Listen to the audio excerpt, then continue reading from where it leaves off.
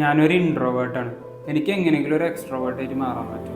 ഒരുപാട് തവണ ഞാൻ റിപ്പീറ്റഡ് ആയിട്ട് കേട്ടിട്ടുള്ളൊരു ക്വസ്റ്റ്യനാണ്. ഫസ്റ്റ് ഓഫ് ഓൾ ആയിട്ട് ഞാൻ ഒരു കാര്യം പറയട്ടെ, കുറച്ച് കമ്മ്യൂണിക്കേറ്റ് ചെയ്യാനും സോഷ്യൽ നെറ്റ്വർക്ക് ചെയ്യാനും പറ്റുന്നുണ്ട് വിചാരിച്ചിട്ട് ഒരു എക്സ്ട്രോവേർട്ട് ഒരിക്കലും ഇൻട്രോവേർട്ടിനെക്കാട്ടിലും നല്ലൊരു പേഴ്സണാലിറ്റിയാണ് നമുക്ക് പറയാൻ കഴിയില്ല. രണ്ടിനും അതിൻ്റേതായിട്ടുള്ള പോസിറ്റീവ്സും ഉണ്ട്, നെഗറ്റീവ്സും ഉണ്ട്.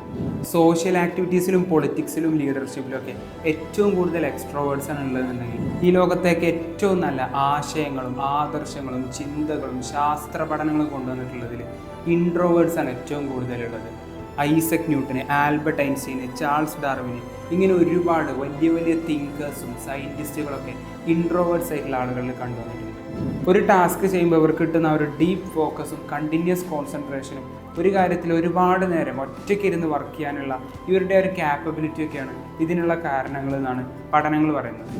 കോൺഫിഡൻ്റ് ആയിട്ട് സംസാരിക്കുന്നതിൽ, സ്വന്തം ഐഡിയാസൊക്കെ ഒരു ഗ്രൂപ്പിനോട് ഷെയർ ചെയ്യുന്നതിൽ, വലിയൊരു സോഷ്യൽ സർക്കിളുമായിട്ട് നെറ്റ്വർക്ക് ചെയ്യുന്നതിനോട്, ഇങ്ങനെയുള്ള കുറച്ച് കാര്യങ്ങൾ ഇൻട്രോവേർട്സ് ഒന്ന് കുറച്ച് ഡെവലപ്മെൻറ്റ് കൊണ്ടുവരണമെന്നേ ഉള്ളൂ. ഇതുപോലെ എക്സ്ട്രോവേർട്സും ഡെവലപ്പ് ആവേണ്ട കാര്യങ്ങളുണ്ട് കേട്ടോ. പലപ്പോഴും കൂടുതലായിട്ട് അങ്ങോട്ട് ചിന്തിക്കാണ്ട് എടുത്തു ചാടി പല അബദ്ധങ്ങളും ചെയ്യുകയും പറയുകയൊക്കെ ചെയ്യുന്ന ഒരു പ്രവണത എക്സ്ട്രോവേർട്സിൽ കണ്ടുവരാറുണ്ട്. അപ്പം ഞാൻ പറഞ്ഞു വരുന്നത് ഒന്നൊന്നിനേക്കാൾ മെച്ചപ്പെട്ടത് മോശപ്പെട്ടത് അങ്ങനെ നമുക്ക് പറയാനാവില്ല. ഇൻട്രോവേർട്സിനെയും എക്സ്ട്രോവേർട്സിനെയും ഈ ലോകത്തിന് ഒരുപോലെ ആവശ്യമുള്ളതാണ്.